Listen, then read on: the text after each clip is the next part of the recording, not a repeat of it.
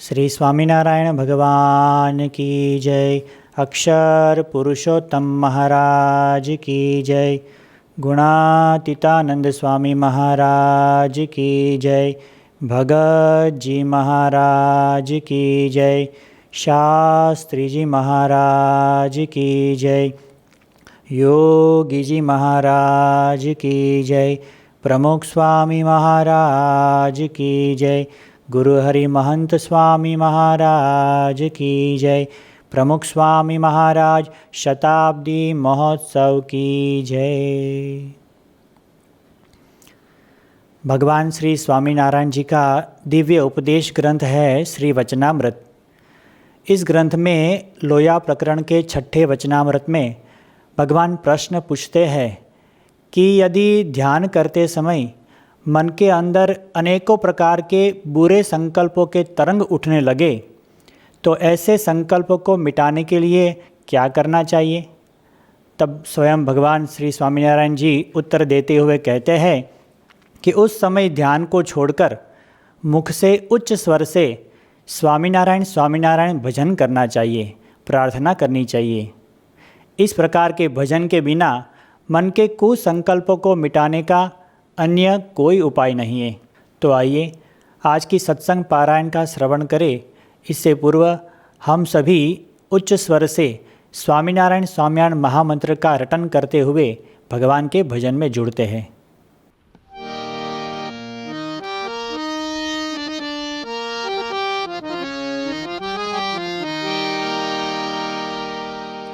भजो स्वामी नारायण स्वामी नारायण स्वामी नारायण नामने रे। भजो स्वामी नारायण स्वामी नारायण स्वामी नारायण नाम रे। भजो स्वामी नारायण स्वामी नारायण स्वामी नारायण नाम रे। भजो स्वामी नारायण स्वामी नारायण स्वामी नारायण नाम रे। भजो स्वामी नारायण नाम को रे। भजो स्वामी नारायण नाम को रे। भजो स्वामी नारायण नाम को रे। भजो स्वामी नारायण नाम को रे। भजो स्वामी नारायण स्वामी नारायण स्वामी नारायण नाम रे। भजो स्वामी नारायण स्वामी नारायण स्वामी नारायण नाम रे। भजो भक्त और भगवान को रे। भजो भक्त और भगवान को रे। भजो अक्षर पुरुषोत्तम को रे। भजो अक्षर पुरुषोत्तम को रे। भजो ब्रह्म और पर ब्रह्म को रे। भजो ब्रह्म और पर ब्रह्म को रे। भजो स्वामी नारायण स्वामी नारायण स्वामी नारायण नाम रे। भजो स्वामी नारायण स्वामी नारायण स्वामी नारायण नाम रे। भजो स्वामी नारायण स्वामी नारायण स्वामी नारायण नाम रे। भजो स्वामी नारायण स्वामी नारायण स्वामी नारायण नाम रे।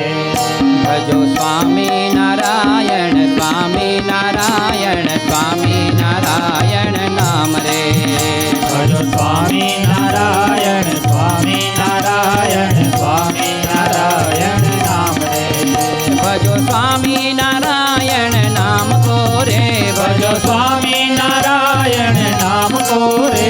भजो स्वामी नारायण नाम को रे। भजो स्वामी नारायण नाम को रे। भजो स्वामी नारायण स्वामी नारायण स्वामी नारायण नाम को रे। भजो स्वामी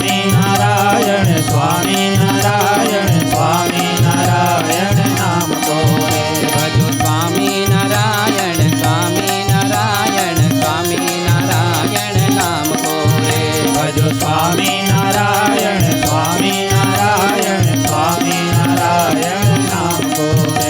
भजो स्वामी नारायण स्वामी नारायण स्वामी नारायण नाम को रे।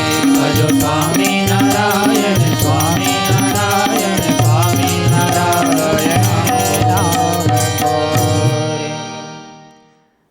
आज की सत्संग पारायण का लाभ ले, इससे पूर्व हम सभी पूजन विधि के अंदर जुड़ते हैं। आज के जो सत्संग यजमान मंडल है, उस मंडल के सभी हरिभक्तों को नम्र निवेदन करते हैं कि घर बैठे हम सभी ठाकुर जी के समक्ष अपना स्थान ग्रहण करें और पारायण की पूजन विधि के अंदर जुड़े। आज की सत्संग पारायण का लाभ हमें जयपुर मंदिर में रहकर सेवा दे रहे ऐसे पूज्य योगी प्रेम स्वामी जी देने वाले हैं। तो आइए स्वामी जी को भी नम्र निवेदन करते हैं कि व्यासपीठ पर अपना स्थान ग्रहण करें। भगवान श्री स्वामीनारायण जी के परमहंस सद्गुरु श्री निष्कुलानंद स्वामी जी अपने भक्त चिंतामणि ग्रंथ में कहते हैं, काम दुघा कल्पतरु पारस चिंतामणि चार, संत समान एके नहीं मैं मनमा कर्यो विचार। यानी यदि हमारे पास अपनी इच्छित कामनाओं की पूर्ति करने वाली कामदुघा गाय हो, जिनकी छाया में बैठकर संकल्प करे वो तत्काल सिद्ध हो, ऐसा कल्प वृक्ष हो, लोहे को भी स्पर्श करने से सुवर्ण बना दे ऐसी पारसमणि हो, और मन में जो भी चिंतन करे तत्क्षण हमें प्राप्त हो ऐसी चिंतामणि हो। निष्कुलानंद स्वामी जी कहते हैं, ये चारों वस्तुएं हमारे पास हो, फिर भी संत की तुलना में वो चारों वस्तुएं कुछ नहीं है। संत की ये अपरंपार महिमा है। ऋषि मुनि और संतों ने शास्त्रों में ऐसी संत महिमा को एक अनन्य स्थान दिया है। भगवान श्री वेद व्यास जी ने भी श्रीमद् भागवत ग्रंथ के अंदर भी ऐसी संत महिमा को आलेखित किया हुआ है। आज हम इसी विषय पर पूज्य योगी प्रेम स्वामी जी के सुमधुर कंठ से सुंदर कीर्तन भक्ति के साथ सत्संग पारायण का लाभ लेने वाले हैं। तो आइए पारायण कथा का हम लाभ लें। उससे पूर्व हम सभी भक्ति भावपूर्वक इस पारायण पूजन विधि के अंदर जुड़ते हैं। अथ पारायण पूजन विधि। अब हम दोनों हाथ जोड़कर मंगलाचरण करते हैं। मंगलम वंदे श्री पुरुषोत्तमं च परमं धामाक्षरं ज्ञानदं वंदे प्रागजिभक्तमेव मनघं ब्रह्मस्वरूपं मुदा वंदे यज्ञपुरुषदासचरणं श्रीयोगिराजं तथा वंदे श्रीप्रमुखं महन्तगुणिनं मोक्षाय भक्त्या सदा। शांतिपाठः। सदा सर्वत्र सर्व प्रकार से शांति हो, उसके लिए दोनों हाथ जोड़कर अक्षर पुरुषोत्तम महाराज से प्रार्थना करते हैं। दिव्यां शांतिं परां शांतिं शांतिं हि शाश्वतीं ध्रुवां तनोतु सहजानन्दः सर्वत्र सर्वथा सदा। हरिः ओं। द्यौः शान्तिरन्तरिक्षगुं शान्तिः पृथिवी शान्तिरापः शान्तिरोषधयः शान्तिः वनस्पतयः शान्तिर्विश्वे देवाः शान्तिर्ब्रह्म शान्तिः सर्वगुं शान्तिः शान्तिरेव शान्तिः साम शान्तिरेधि। जतो यतः समीहसे ततो नो अभयं कुरु शन्नः कुरु प्रजाभ्यो भयन्नः पशुभ्यः विश्वानि देव सवितर्दुरिता निपरासुव झद्भद्रन्तन्न आसुव। ॐ शान्तिः शान्तिः शान्तिः सुशान्तिर्भवतु सर्वारिष्टशान्तिर्भवतु। प्रधानसंकल्पः। अब हम पारायण पूजन विधि का मुख्य संकल्प करने जा रहे हैं। आप सभी यजमान से निवेदन है, अपने दाएं हाथ में जल रखें। नमः परमात्मने श्री स्वामिनारायण परब्रह्म पुरुषोत्तमाय तत्सत्। अद्य ब्रह्मणो द्वितीये परार्धे श्री श्वेतवाराह कल्पे सप्तमे वैवस्वतमन्वन्तरे अष्टाविंशतितमे कलियुगे कलिप्रथमचरणे मासोत्तमे मासे शुभपुण्यतिथौ सर्वेषु ग्रहेषु यथा यथं राशिस्थानस्थितेषु सत्सु भक्तानां नामानि दीयन्ते। सांगं सपरिवारं तत्तन्नगरवास्तव्यानां तत्तन्नाम्नां भक्तानां। सभी यजमान हरिभक्तों से प्रार्थना, अपना अपना नाम बोलें। अत्र उपस्थितानाम् अनुपस्थितानां च सर्वेषां सत्संगिनां साधूनां पार्षदानां साधकानां समस्तगुणातीतमण्डलभक्तानां। अब मैं जिस प्रकार उच्चारण करूं, उसी प्रकार आप सब यजमान हरिभक्त भी उच्चारण करेंगे। धर्म अर्थ काम मोक्ष फल प्राप्ति अर्थम अक्षर पुरुषोत्तम सिद्धांत साक्षात्कार अर्थम अक्षर रूपता प्राप्ति पूर्वक पुरुषोत्तम सहजानंद भक्ति अर्थम दास भाव दिव्य दृष्टि सुहृद भाव आदि प्राप्ति अर्थम परब्रह्म श्री स्वामिनारायण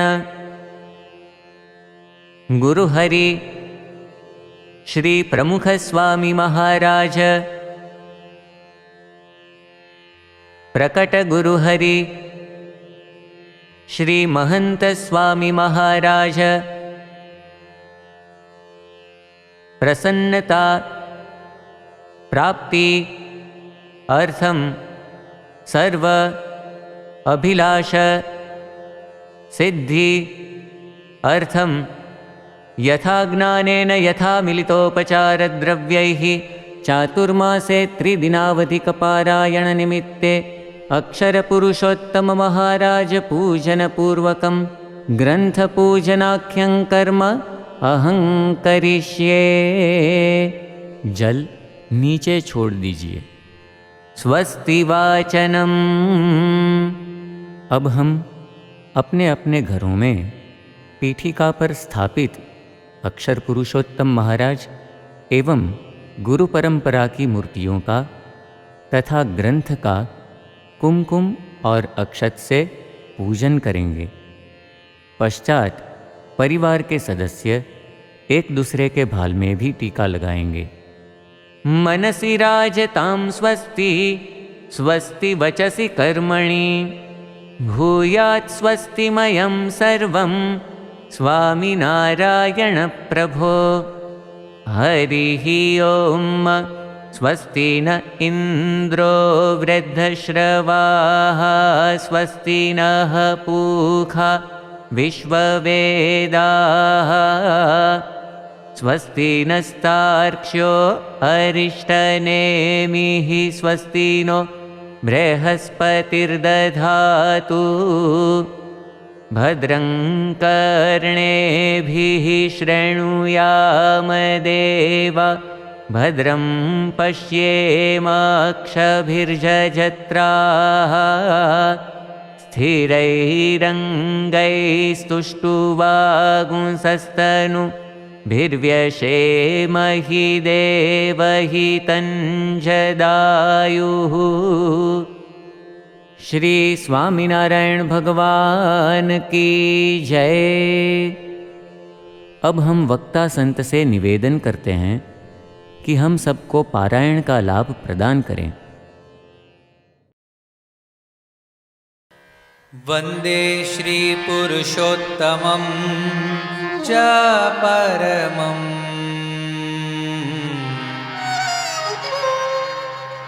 धामाक्षरं ज्ञानदम्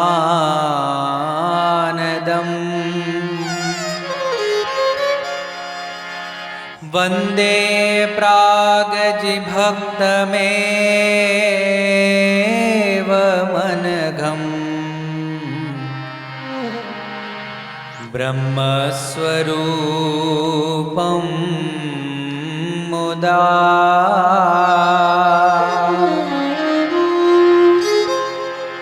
वंदे यज्ञपुरुषदास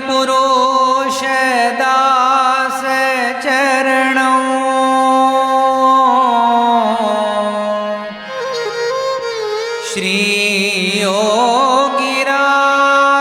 श्रीयोगिराजं तथा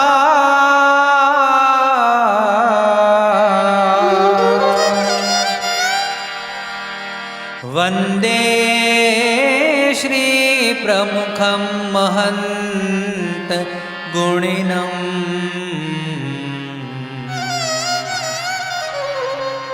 मोक्षाय भक्त्या सदा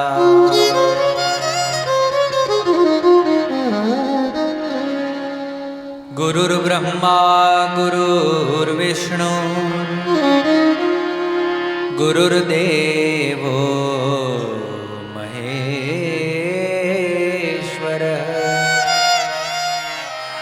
गुरुः साक्षात् परं ब्रह्म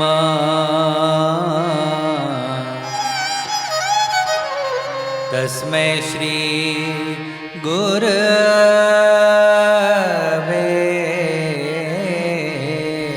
नमः।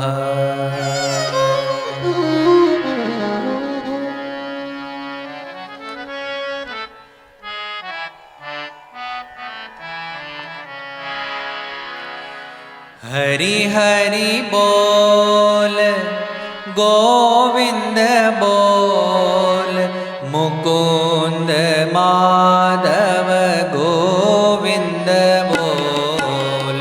हरि हरि बोल गोविंद बोल मुकुंद माधव गोविंद बोल। घनश्याम बोल नीलकंठ बोल घनश्याम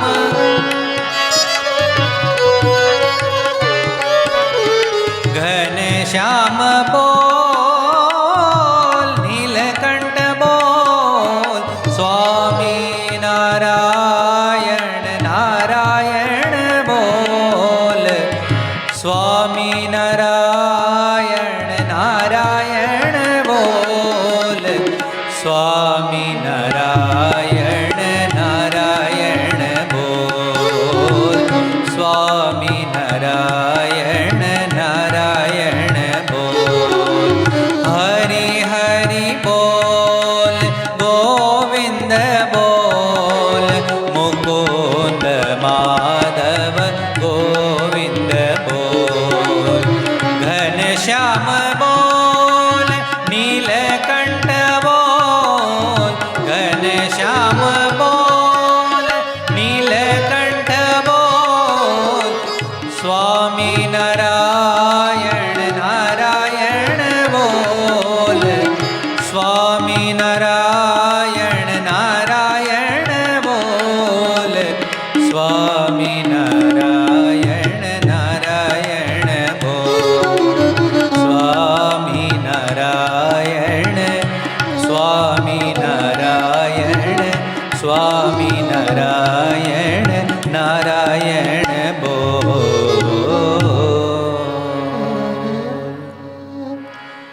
बोलो स्वामी नारायण भगवान की जय। अक्षर पुरुषोत्तम महाराज की जय। राधा कृष्ण देव की जय। गुरु हरि प्रमुख स्वामी महाराज की जय। महंत स्वामी महाराज की जय। प्रमुख स्वामी महाराज शताब्दी महोत्सव की जय। कोरोना महामारी के इस विषम काल में भी सनातन धर्म में जो एक आदेश दिया गया है, जो हमारी परंपरा है कि चातुर्मास में, श्रावण मास में भगवान की कथा वार्ता का श्रवण करना चाहिए, इस आज्ञा का परिपालन करने वाले परम पूज्य महंत स्वामी महाराज की प्रेरणा से, उनकी प्रसन्नता के लिए कथा वार्ता का श्रवण करने वाले आप सभी श्रोताओं का हार्दिक नमन और आपको सभी को जय स्वामी नारायण। साल भर में हमारे यहाँ पर तरह तरह की सीजन आती रहती है। कभी रंगों की सीजन तो कभी पतंगों की सीजन, कभी पटाखों की सीजन तो कभी राखियों की सीजन, कभी परीक्षाओं की सीजन तो कभी शादियों की सीजन। श्रावण मास ये अपने आप में भगवान की कथा वार्ता सुनने की सीजन है। श्रावण, श्रवणस्य अयमिति श्रावण, श्रवण का महीना ये श्रावण का महीना है। और ऐसे श्रावण के महीने में श्रीमद् भागवत महापुराण की पारायण का हम लाभ लेने वाले हैं। श्रीमद् भागवत, भागवत शब्द का संस्कृत में अर्थ किया गया है कि भगवतः अयम इति भागवतम, जो कुछ भी भगवान संबंधी है वो भागवत है। ये भागवत में भगवान के अवतारों की कथा है, ये भागवत में भगवान के संतों की कथा है, ये भागवत में भगवान के भक्तों की कथा है। भागवत को महापुराण की उपमा दी गई है। पुराणम, व्युत्पत्ति अर्थ यदि किया जाए तो पता चलता है कि पुरा अपि नवम इति पुराणम, पुराना होने के बावजूद जो आज भी उतना ही नूतन है, नया है, उपयुक्त है, उपयोगी है, उसको पुराणम कहा गया है। ये भागवत महापुराण है। और ऐसे महापुराण भागवत के पारायण का लाभ हम लेने जा रहे हैं। परम प्रत्ययनम इति पारायणम, जो परम तत्व परमात्मा है, परम कृपालु परब्रह्म पुरुषोत्तम नारायण, उनकी ओर एक कदम आगे गति करना ये पारायण का हेतु है। तो ऐसी पारायण का लाभ, श्रवण का लाभ हम लेने जा रहे हैं। श्रीमद् भागवत में बताया गया है, अनेक जन्म के सुकृत जब एकत्रित होते हैं, अनेक जन्म के पुण्य जब उदय होते हैं, तब जाकर भगवान की ऐसी अनुपम भागवत कथा सुनने का लाभ मिलता है। भगवान वेदव्यास जी स्वयं भागवत में लिखते हैं कि भाग्योदयेन बहुजन्म समार्जितेन सत्संगमम च लभते पुरुषो यदा वै।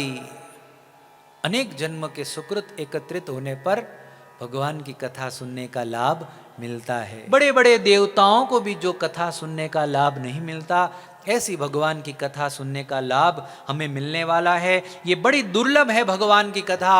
इसीलिए चौपाई में तुलसीदास जी गाते हैं,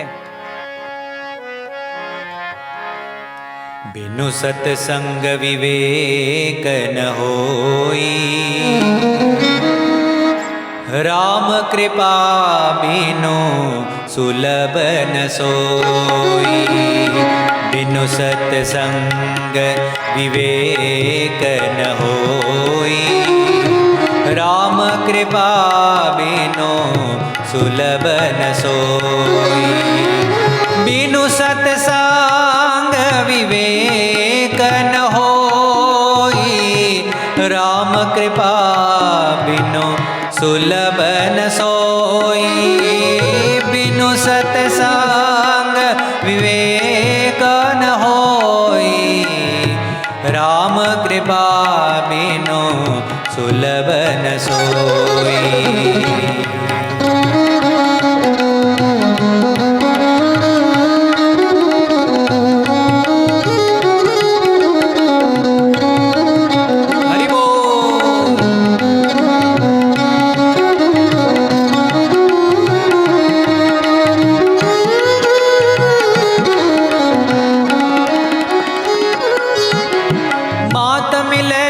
तात मिले सुत ब्रात मिले जुवती सुखदाई हो। मात मिले पुनितात मिले सुत ब्रात मिले जुवती सुखदाई। राज मिले गजबाज मिले सब साज मिले मन वांछित पाई। लोक मिले विधि लोक मिले परलोक मिले हो। लोक मिले विधि लोक मिले परलोक मिले वैकुंठ ही जाई। सुंदर और मिले सब ही पर संत समागम दुर्लभ भाई। सुंदर और मिले सब ही पर संत समागम दुर्लभ भाई। बिनु सतसंग विवेक न होई। राम कृपा बिनु सुलभ न सोई।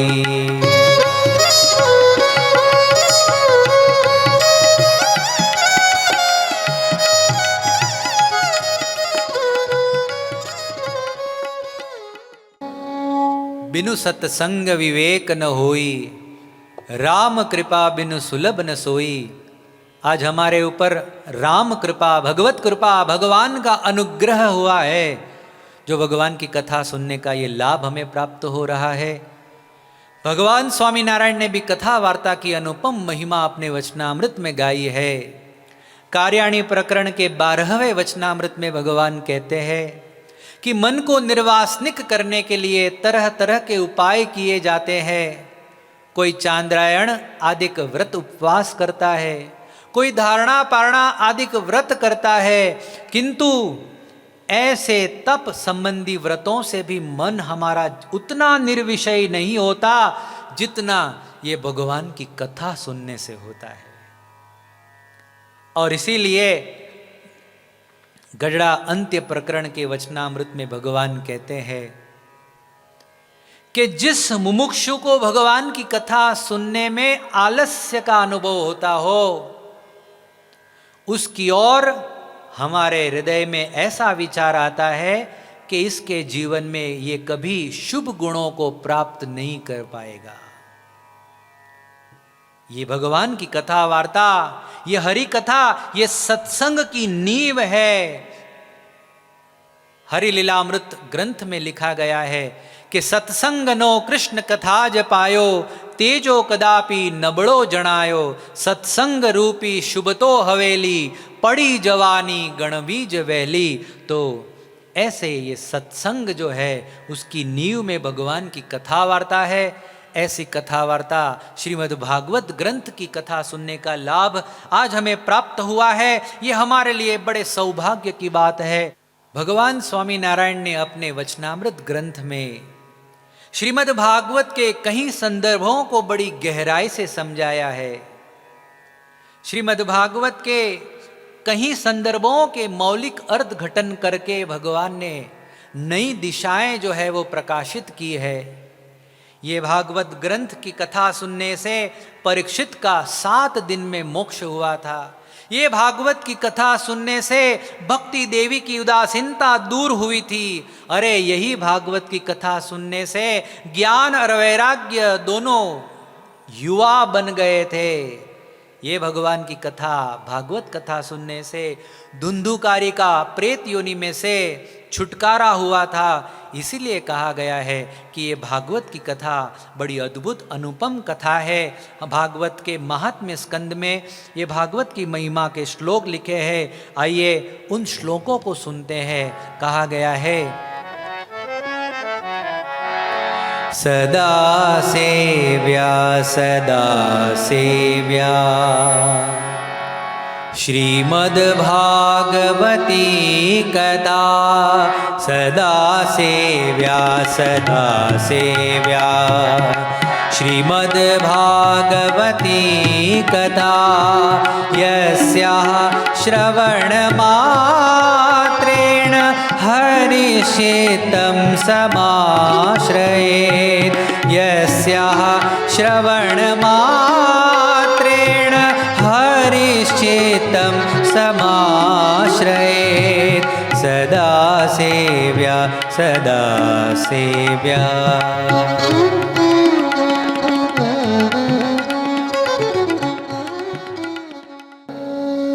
सदा सेव्या सदा सेव्या, ये भागवत की कथा का हमेशा सेवन करना चाहिए, श्रवण करना चाहिए, क्योंकि अश्वमेध सहस्राणी, कोई 1000 अश्वमेध यज्ञ कर ले, वाजपेय शतानि च, अरे कोई 100 बार वाजपेय यज्ञ कर ले, लेकिन भगवान की ये भागवत कथा के 16वें भाग के भी बरोबरी वो नहीं कर पाते।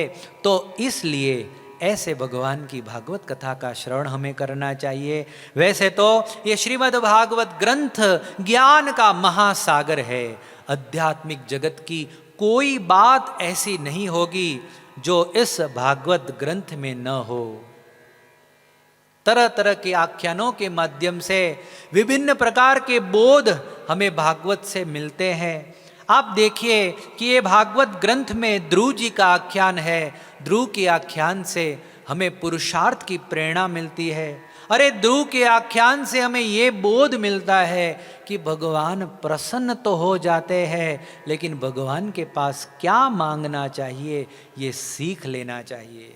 दक्ष के आख्यान से हमें अहंकार का परित्याग करना चाहिए, ये बोध मिलता है। पुरंजन के आख्यान से देह भाव का त्याग करके आत्मभाव को सिद्ध करना चाहिए, ये बोध मिलता है।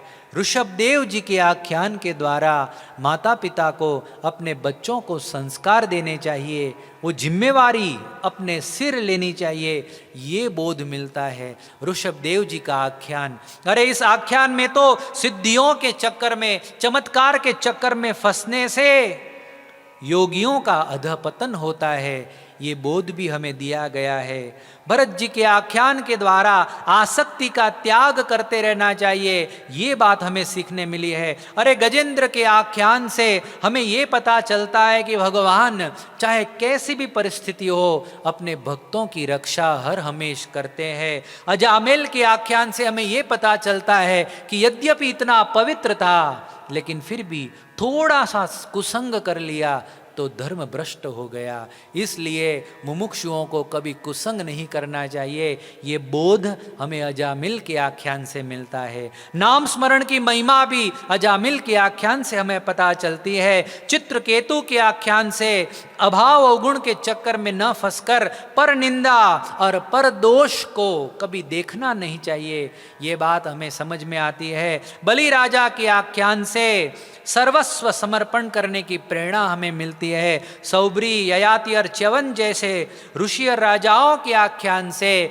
विषयासक्ति में फंसकर कैसा अधपतन हमारा होता है, ये सारा बोध हमें प्राप्त होता है। तो भागवत में अलग अलग ऐसे बहुत सारे आख्यान हैं, किंतु आज इस बार ये सारे आख्यान यद्यपि प्रेरणादायी है, आदर पूर्वक श्रवण करने योग्य है, किंतु फिर भी आज हम एक अलग विषय पर चर्चा करेंगे, एक विषय पर केंद्रित होंगे, और वह विषय है श्रीमद् भागवत में संत की महिमा। क्योंकि संत है वो मास्टर की जैसे है, एक ऐसी चाबी जिससे सारे ताले खुलते हैं। संत भागवत का सार है। श्रीमद् भागवत के तृतीय स्कंद में एक ऐसी बात आती है कि भगवान ने ब्रह्मा जी को ये सृष्टि के विस्तार की आज्ञा की। ब्रह्मा जी स्वयं विचार मग्न हो गए, और जब वो विचार कर ही रहे थे उस समय उनकी शरीर में से 2 हिस्से हुए, और उन एक हिस्से में से एक स्त्री और पुरुष का जोड़ा उत्पन्न हुआ। जो पुरुष था वह स्वयंभू मनु राजा थे, और जो स्त्री थी वो स्त्री का नाम था श्री शत्रुपा महारानी। इन दोनों के द्वारा प्रियव्रत और उत्तानपाद नाम के 2 पुत्र हुए। आकुति, प्रसूति और देवहूति नाम की 3 कन्याएं हुई, और इन सब के द्वारा सृष्टि के विस्तार की आज्ञा का ब्रह्मा जी पालन कर रहे थे। देवहूति का विवाह भगवान की आज्ञा और भगवान की इच्छा अनुसार कर्दम ऋषि के साथ हुआ था। ये कर्दम ऋषि ने पहले ही एक शर्त लगाई थी, सशर्त विवाह किया था कि जैसे ही मुझे संतान की प्राप्ति होगी मैं गृह त्याग करके संन्यास्त के मार्ग पर प्रशस्त हो जाऊंगा। समय आने पर 9 कन्याएं उत्पन्न हुई। कर्दम ऋषि वन के मार्ग पर चलने के लिए निकले, तब देवहूति ने हाथ जोड़कर गदगद भाव से कहा कि तुम्हारी 9 कन्याओं के विवाह करने के लिए उस भागदौड़ को संभालने वाला कोई एक ऐसा पुत्र मुझे चाहिए। कृपा करके जब तक ऐसा पुत्र आप मुझे न दे पाओ तब तक आप संन्यस्त न हो। कर्दम ऋषि हंसने लगे। उनके पत्नी की बात न्याय सुसंगत थी, वो मान गए। समय आने पर उन दोनों के द्वारा पुत्र की प्राप्ति हुई, और वो पुत्र स्वयं साक्षात कपिल देव जी महाराज भगवान के अंशावतार थे, सांख्य शास्त्र के प्रणेता थे। उन्होंने छोटे से बालक अपने पुत्र के पास जाकर उनके चरणों में गदगद भाव से स्तुति वंदना की, परिक्रमा लगाई और स्वयं संन्यस्त के मार्ग पर प्रशस्त हो गए। धीरे धीरे करके कपिल देव जी बड़े होते गए, बहुत बड़े सांख्य शास्त्री बने। उनकी माता देवहूति ने एक बार विनम्र स्वर से उनके पास आकर कहा कि बेटे, तू मेरा पुत्र बड़ा सांख्य शास्त्री है, ज्ञानी है, और मैं एक अबला। हमेशा मेरे हृदय में ऐसा भाव रहा करता है कि ये संसार में अहम ममत्व के चक्कर में फंसकर, मेरे तेरे के चक्कर में फंसकर, ये माया के प्रभाव से अपना जन्म मैं यूं ही व्यर्थ गवा रही हूं। इसलिए बेटा, ये जन्म मरण के चक्कर से छुटकारा हो, ये माया के चक्कर से छुटकारा हो जाए, ऐसा कोई उपाय तू मुझे बता। देखिए, ये जन्म मरण ये बहुत बड़ी बला है। स्वयं शंकराचार्य जी ने भी अपने एक श्लोक में गाया है। शंकराचार्य जी कहते हैं कि पुनरपि जननम पुनरपि मरणम पुनरपि जननी जठरे शयनम पुनरपि जननम पुनरपि मरणम पुनरपि जननी जठरे शयनम इह संसारे बहुदोस्तारे इह संसारे बहुदोस्तारे कृपया पारे पाहि मुरारे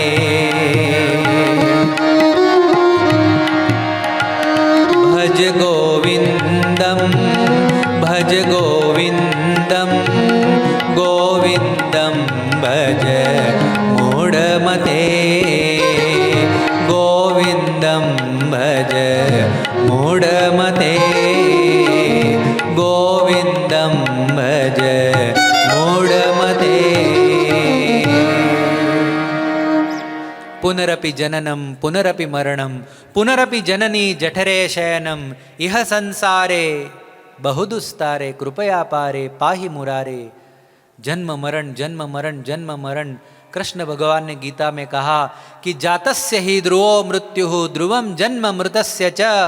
हे अर्जुन, जो जन्म लेता है उसकी मृत्यु निश्चित है, और जो मरता है वो पुनः अन्यत्र कहीं न कहीं जन्म ले लेता है।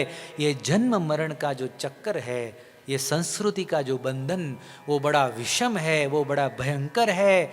आज देवहूति अपने ही पुत्र के चरणों में ये प्रार्थना करती है कि ये चक्कर में से बाहर निकलकर मोक्ष का अनुभव हो, ऐसा कोई उपाय है बेटे, तुम मुझे बताओ। उस समय कपिल देव जी, क्योंकि स्वयं सांख्य शास्त्री थे, संख्या के आधार पर ये संसार को समझने वाले, उन्होंने कहा कि देखो माता, ये संसार में 5 प्रकार के भूत है, पृथ्वी, जल, तेज, वायु, आकाश।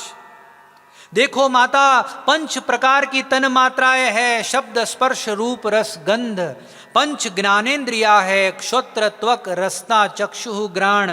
5 कर्मेंद्रिया है, वाक, पाणी, पाद, पायु, उपस्थ। अरे 4 अंतःकरण है, मन, बुद्धि, चित्त, अहंकार। और इन सब से परे आत्मा, और आत्मा के अंदर परमात्मा। ये बात जब कपिल देव जी अपनी माँ को कह रहे थे, तब माता ने बीच में ही अपने बेटे को रोकते हुए कहा कि बेटा, तेरी ये गहन बातों में मुझे कुछ समझ में नहीं आता। तू तो मुझे ज्ञान का, मोक्ष का बड़ा सरल कोई उपाय हो वह बता। मैं ठहरी एक अबला, अबुध अबला, मुझे इसमें कुछ पल्ले नहीं पड़ता। उस समय श्रीमद् भागवत में कपिल देव जी ने अपनी माता देवहूति को जो उपदेश दिया, जो सरल उपाय बताया है, भगवान स्वामीनारायण कहते हैं कि ये भागवत का सार है। एक बार भगवान स्वामीनारायण गढ़पुर में विराजमान थे। सामने सत्संग सभा में संत मंडल विराजमान था, हरिभक्त भी एक और बैठे थे, महिलाएं सब दूर बैठकर मर्यादा में रहकर दर्शन कर रही थी। उस समय भगवान स्वामीनारायण ने अग्रिम पंक्ति में विराजमान दीनानाथ भट्ट से प्रश्न पूछा कि हे भट्ट जी, आप तो समस्त भागवत के परम ज्ञाता हो, ये भागवत ग्रंथ आपने कंठस्थ कर रखा है, भागवत के 18,000 श्लोक आपके मुख जबानी पर है, तो बताइए ये भागवत के आधार पर आपने अपना मोक्ष कैसे माना है। उस समय दीनानाथ भट्ट सिर खुजलाने लगे, कहने लगे कि महाराज, हम तो ये भगवान की भागवत कथा के द्वारा अपनी आजीविका जो है वो कमाते हैं, इससे अधिक मोक्ष के बारे में हमने कभी विचार नहीं किया। आप कृपा करके हमें कोई ऐसी हिंट दीजिए। भगवान ने कहा कि तृतीय स्कंद में देख लीजिए। पूरे तृतीय स्कंद को देख लिया, फिर भी बात समझ में नहीं आई। भगवान ने कहा कि 25वें अध्याय में झांकिए। 25वें अध्याय के सारे श्लोकों को आंखों के सामने से निकाल लिया, फिर भी भट्ट जी के समझ में नहीं आई। तब भगवान स्वामीनारायण ने कहा कि श्रीमद् भागवत के तृतीय स्कंद में 25वें अध्याय में 20वें श्लोक में मोक्ष का परम साधन बताया गया है। कपिल देव जी अपनी माता को इस श्लोक में कहते हैं कि प्रसंग मजरम पाशम आत्मनः कवयो विदु स एव साधु शुक्रुतो मोक्षद्वारम अपावृतम। कपिल देव जी अपनी माता को कहते हैं कि हे माता, जैसी प्रीति पुत्र में है, पति में है, धन दौलत में है, रुपयों पैसों में है, ऐसी ही प्रीति यदि भगवान के सच्चे संत में हो जाए तो मोक्ष का द्वार अपने आप खुल जाता है। देखो, कपिल देव जी स्वयं साक्षात भगवान का अवतार थे, लेकिन फिर भी उन्होंने ये नहीं कहा कि अरे माता, घबराने की क्या बात है, इतनी उलझन में क्यों हो, मैं तुम्हारा पुत्र भगवान हूं, मेरा ध्यान करो, मेरा स्मरण करो, मेरा जाप करो, बस तुम्हारा कल्याण हो जाएगा। नहीं, कपिल देव जी ने अपनी माता को ऐसा नहीं कहा, वरन कपिल देव जी अपनी माँ को कहते हैं कि हे माता, तुम सच्चे संत में अपनी आत्मबुद्धि कर लो, क्योंकि संत के द्वारा ही जो है वो मोक्ष का द्वार खुलता है। भगवान स्वामीनारायण ने भी अल्पायु में घनश्याम महाराज के रूप में अपनी माता को यही उपदेश दिया था। उनकी माँ ने पूछा कि कल्याण का साधन क्या है, तब घनश्याम महाराज कहते हैं कि दृष्टा स्पृष्टा नतावा कृत परिचरणा भोजिता पूजिता वा सद्य पुंसा मघौघम बहुजनि जनितम घ्नन्ति ये वै समूलम प्रोक्तास्कृष्णेन ये वा निज हृदय समा यत्पदे तीर्थजातं तेषां मातः प्रसंगात् किमिह ननु सतां दुर्लभं स्यान्मुमुक्षुः। हे माता, दृष्टः स्पृष्टः नतावा, सच्चे संत के दर्शन करने से, उनके चरण स्पर्श करने से, उनको नतमस्तक होने से, कृत परिचरणा भोजिता पूजिता, उनकी सेवा परिचर्या करने से, उनको भोजन कराने से अनंत जन्म के जो पाप है वो सहज में ही जो है वो इस प्रकार से जल जाते हैं। क्योंकि प्रोक्ता कृष्णेन ये वा निज हृदय समा, क्योंकि स्वयं साक्षात कृष्ण भगवान ने ऐसे संत को अपने हृदय समान माना है।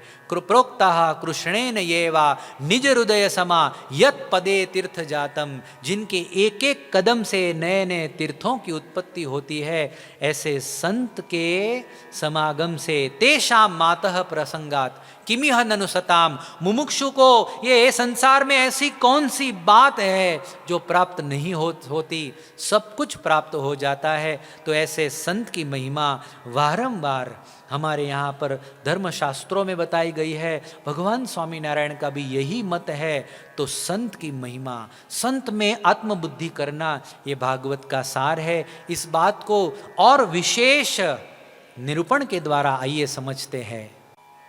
महाराष्ट्र में नामदेव के नाम से एक बहुत बड़े भक्त हो गए। नामदेव एक ऐसे भक्त थे जिनको भगवान का साक्षात्कार था। वो जब चाहते भगवान उनके साथ खेलने आते थे। एक बार नामदेव पंढरपुर गए हुए थे, वहां पर गोरा कुंभार, समकालीन भक्त कुंभार था, तो लोगों के सिर पर टोका, यानी कि लोगों के सिर पर इस प्रकार से टकोरा मार के परीक्षा करते थे कि ये कच्चा है या ये पक्का है, ये कच्चा है ये पक्का है। नामदेव के सर पर टकोरा लगाकर वो भक्त ने कहा कि नामदेव कच्चा है। नामदेव को बड़ा इस प्रकार से अपमान जैसा लगा। तुरंत वहां से खड़े हो गए, अपने घर वापस लौटे, भगवान को आवाहित किया, भगवान को उल्हाना देते हुए कहने लगे कि समझा दो उसको, गोरा कुंभार को, क्या समझते अपने आप को, मैं कच्चा? अरे तुम स्वयं साक्षात मेरे साथ खेलने आते हो, मुझे भगवान का साक्षात्कार है, फिर भी मुझे कच्चा कहा। तब भगवान हंसने लगे। नामदेव ने कहा कि प्रभु क्यों हंस रहे हो? भगवान ने कहा कि देख नामदेव, तेरे पूर्व जन्म का बैंक बैलेंस इतना भारी है कि मुझे तेरे साथ इस प्रकार से खेलने आना पड़ता है, लेकिन तेरे हृदय में से अभी इस जन्म में अहंकार, ये स्वभाव, ये दोष अभी पूरे मिटे नहीं है। नामदेव ने कहा तो क्या करना चाहिए? तो कि सच्चे संत का समागम कर ले, सच्चे गुरु की शरण में जा। जब तक तू ये नहीं करेगा तब तक तेरे स्वभाव नहीं मिटेंगे। और उस समय नामदेव ने एक विसोबा खेचर नाम के एक ऐसे भक्त को गुरु बनाया जो स्वयं रक्त पित्त से पीड़ित थे, लेकिन उनको गुरु बनाया, उनकी सेवा की, उनकी आज्ञाओं का पालन किया, उनका समागम किया। और कहते हैं कि नामदेव के हृदय में ऐसा परिवर्तन आया, अहंकार उसका पिघल गया। एक बार अपनी झोपड़ी के बाहर नामदेव बैठे थे, पास में कुछ रोटियां पड़ी थी, कुत्ता आकर रोटियों को उठाकर चला गया, दौड़ने लगा। नामदेव घी की टोकरी लेकर पीछे पीछे दौड़े, कहने लगे कि हे देवा थांबा थांबा, तूप लावा। कह रहे भगवान ठहरो ठहरो, ये घी लगाओ वरना आपको पेट में दर्द करेगा। एक कुत्ते में भी भगवान के दर्शन होने लगे। ये संत समागम का ये फल है। तो इसीलिए कहा है कि गुरु संत समागम, ये जीवन में बहुत जरूरी है। मीराबाई अपने एक भजन में गाती है, मीराबाई कहती है,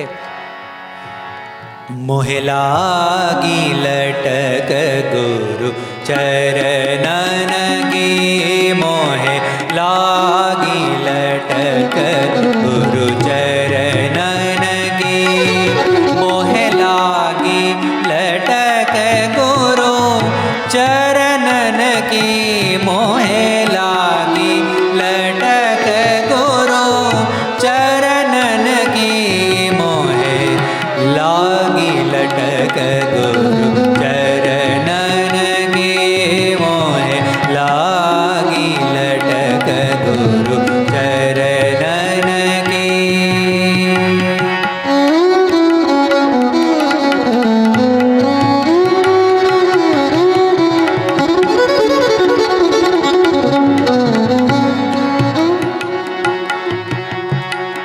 चरण बिना मोहे कछु नहीं भावे,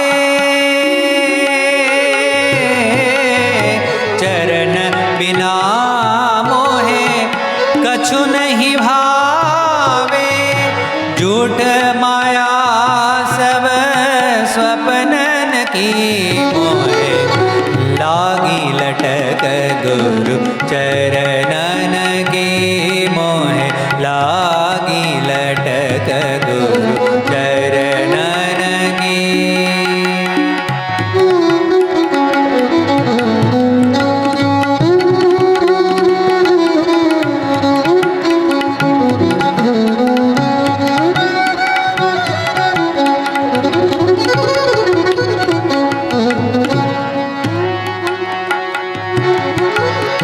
भवसागर सब सूख गया है,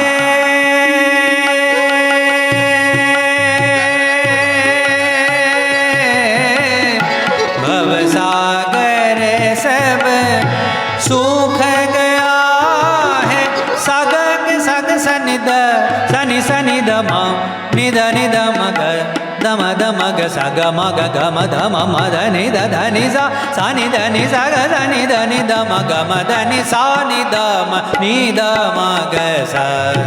भव सागर सब सूख गया है, फिकर नहीं मोहे तरनन की, मोहे लागी लटक गुरु चरणन की, मोहे लागी लटक गुरु चरणन की।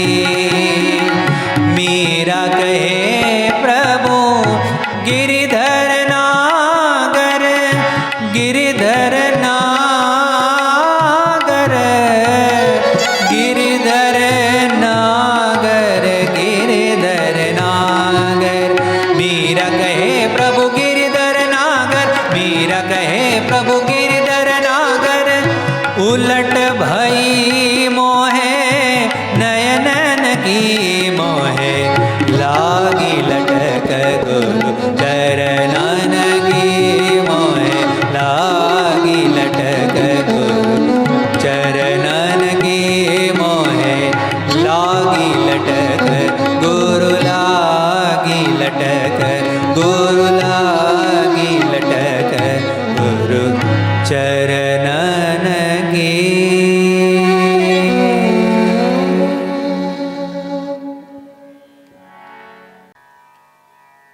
मोहे लागी लटक गुरु चरणन की, चरण बिना मोहे कछु नहीं भावे, झूठ माया सब स्वप्नन की। भवसागर सब डूब गया है, अरे भवसागर सब सूख गया है, फिक्र नहीं मोहे तरनन की, मोहे लागी लटक गुरु चरणन की।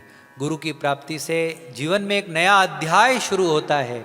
आप देखिए कि छोटा सा एक बालक था, मिट्टी में खेलते खेलते एकदम मैला घेला हो गया।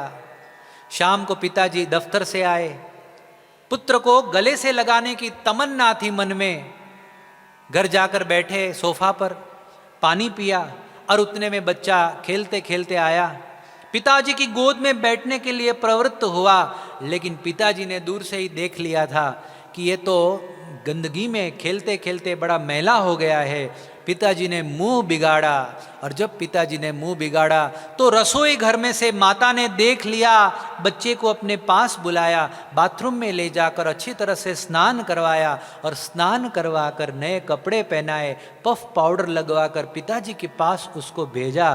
पिताजी बड़े प्रसन्न हुए, अरे प्रेम से चाव से अपने बच्चे को अपने गले से लगाया, अपनी गोद में बिठाया और लाड़ लड़ाने लगे। तो देखो, ये तो एक दृष्टांत है। इसका सिद्धांत ये है कि हम सब उस बच्चे जैसे हैं। ये संसार के कार्य को करते करते इतने मैले घैले हो गए हैं, और भगवान पिता तुल्य है। पिता के पास, भगवान के पास हम सीधे ही जाकर उनकी गोद में बैठना चाहेंगे तो भगवान हमारा स्वीकार नहीं करते। भगवान कहते हैं कि तेरे अंदर तो अभी भी काम, क्रोध, लोभ, मोह रूपी कीचड़ की बदबू आ रही है। उस समय संत जो होते हैं वो माता तुल्य होते हैं। संत हमें नज़दीक बुलाते हैं, सत्संग रूपी बाथरूम में ले जाकर हमको ज्ञान रूपी साबुन से, ज्ञान रूपी मतलब जल से हमको स्नान कराते हैं, और पवित्र करके सद्गुण रूपी कपड़े पहनाते हैं। पफ पाउडर लगाकर हमको जब भगवान के पास भेजते हैं तो भगवान सहर्ष हमारा स्वीकार करते हैं। तो गुरु का जो स्थान जीवन में अत्यंत आवश्यक है। संत की अनिवार्यता बहुत है। लॉन्ग फेलो नाम के एक बहुत बड़े विचारक ने कहा कि a single conversation with a vice man across the table is more than 10 years of reading of good books. 10 साल तक अच्छी किताबों को आप पढ़ो, और उसके सामने एक सच्चे पवित्र संत के साथ बिताई गई एक साधारण कुछ क्षण वो उससे अधिक हो जाती है। श्रीमद् राजचंद्र जी कहते हैं, जो गांधी जी के भी गुरु कहलाए, कि बीजू कहीं शोध मां एक साचा संत ने शोधीने एनी આજ્ઞામાં વર્ત્યો જા, અને જો તને મોક્ષ ન મળે તો મારી પાસે આવીને મોક્ષ લઈ જજે। यानी दूसरा और कुछ ढूंढने की जरूर नहीं है, एक सच्चे संत को ढूंढ ले और उनकी आज्ञा का पालन कर ले, और यदि तुझे मोक्ष नहीं मिले तो मेरे पास आकर मोक्ष ले जाना। तो देखो, सभी लोग संत को प्राप्त करने की बात करते हैं। तुलसीदास जी कहते हैं कि राम मिलन के कारणे जो तू भयो उदास, तुलसी शोधी ले संगत संत की राम जिनों के पास। इस प्रकार से बड़े बड़े महापुरुषों ने भी सच्चे संत की प्राप्ति करके उनमें जीव जोड़ने की बात बताई है। हमारे तो बड़े भाग्य है कि ऐसे संत बिना प्रयास अनायास हमें भगवत कृपा से प्राप्त हुए हैं। भगवान स्वामीनारायण ने अपने इस स्वामीनारायणीय संप्रदाय में गुणातीत संतों की एक परंपरा स्थापित की है। इस परंपरा में गुणातीतानंद स्वामी के बाद भगत जी महाराज, शास्त्री जी महाराज, योगी जी महाराज, प्रमुख स्वामी महाराज और आज महंत स्वामी महाराज के रूप में हमें ऐसे गुणातीत संत मिले हैं, जिनमें आत्मबुद्धि करने से हमें कल्याण का, मोक्ष का अनुभव सहज भाव से बिना कोई शंका हो जाता है। ये बहुत ही बड़ी भाग्य की बात है। गुणातीतानंद स्वामी कहते कि पहले के जमाने में तो मुमुक्षु जीव भगवान को ढूंढने निकल पड़ते थे, लेकिन आज बात उलट गई है। भगवान स्वयं भक्तों को ढूंढते हैं। प्रमुख स्वामी महाराज ने 7 लाख से भी अधिक पत्र लिखे, 17,000 गांव से भी अधिक गांव में विचरण किया, 2.5 लाख से भी अधिक घरों में पधरावनियां की। क्यों? कि भक्तों को अपने में जोड़ने के लिए, भक्तों को भगवान तक पहुंचाने के लिए। तो आत्मबुद्धि हम भगवान और संत में करें, उससे अधिक प्रयास उनका है इस कार्य में। तो ऐसे संत की हमें प्राप्ति हुई। योगी जी महाराज तो हमेशा कहा करते थे कि रशिया को रंगना है, अमेरिका को रंगना है, जापान को रंगना है, जर्मनी को रंगना है। अरे 5,000 नवयुवानों को ब्रह्म विद्या सिखाकर ये भगवान के मार्ग में प्रवृत्त करना है। तो हमें ऐसे संत मिले हैं जो स्वयं जागृत है और अपने अंदर सबको जोड़कर भगवान तक पहुंचाने का अद्भुत कार्य करते हैं। ये उनका बहुत बड़ा एक मतलब उपकार है हम पर, ये बहुत बड़ा हित वो हमारा कर रहे हैं। तो ऐसे संत की प्राप्ति हमें हुई है। अंत में सद्गुरु ब्रह्मानंद स्वामी जी का एक भजन सुनते हैं और आज की इस कथा का हम समापन करेंगे। ब्रह्मानंद स्वामी लिखते हैं,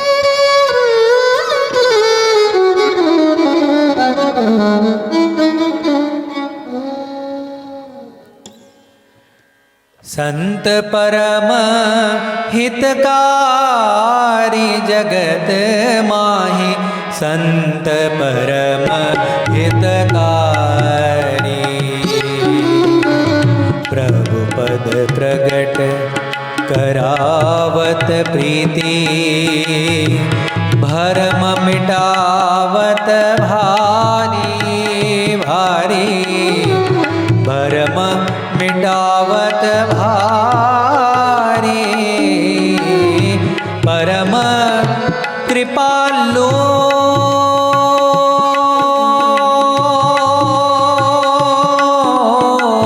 परम कृपालु, सकल जीवन पर हर सम सब दुख हारी, जगत माहि संत परम हितकारी।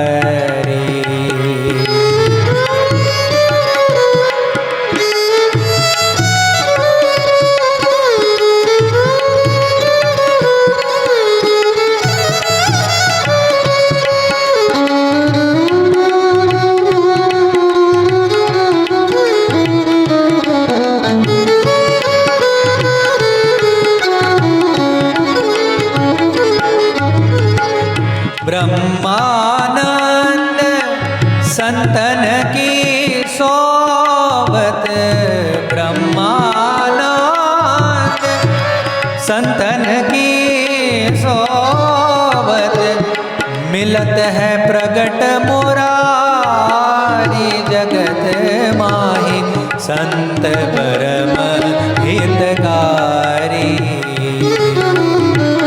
संत परम हितकारी, जगत माहि संत परम हित, संत परम हित, संत परम हितकारी।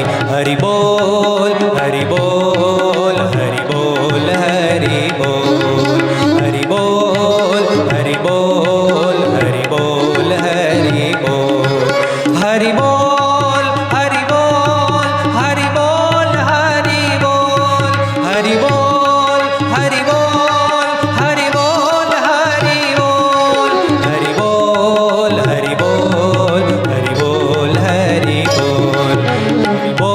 बोल हरि बोल हरि बोल, हरि बोल हरि बोल हरि बोल हरि बोल, हरि बोल हरि बोल हरि बोल हरि बोल, हरि बोल हरि बोल हरि बोल हरि बोल, हरि बोल हरि बोल हरि बोल हरि बोल।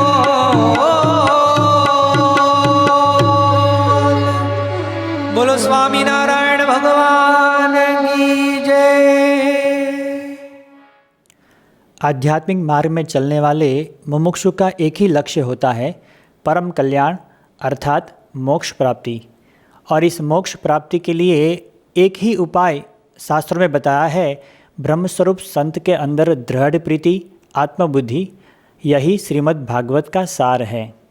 कपिल जी और माता देवहूति के आख्यान से मोक्ष के रहस्य रूप बातों की अद्भुत कथा का लाभ आज पूज्य योगी ब्रह्म स्वामी जी ने हमें दिया है। हम उनके बहुत बहुत आभारी हैं। आइए अब विनती करते हैं आज के यजमान हरिभक्तों को, कृपया सभी घर बैठे आरती के लिए दीप प्रज्वलित करें। पारायण के अंतिम चरण में हम सभी ठाकुर जी की आरती में जुड़ते हैं।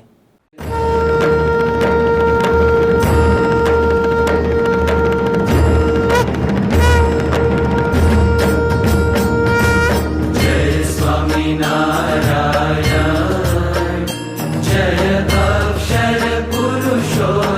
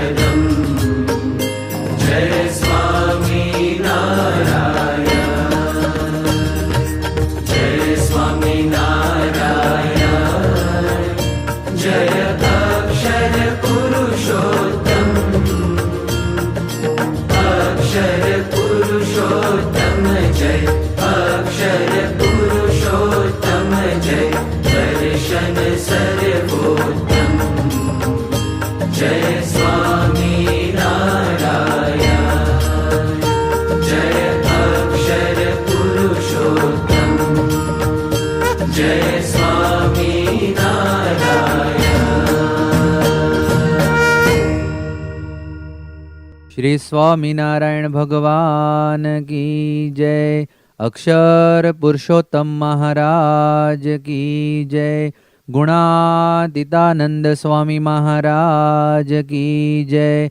भगत जी महाराज की जय। शास्त्री जी महाराज की जय। योगी जी महाराज की जय। प्रमुख स्वामी महाराज की जय। महंत स्वामी महाराज की जय।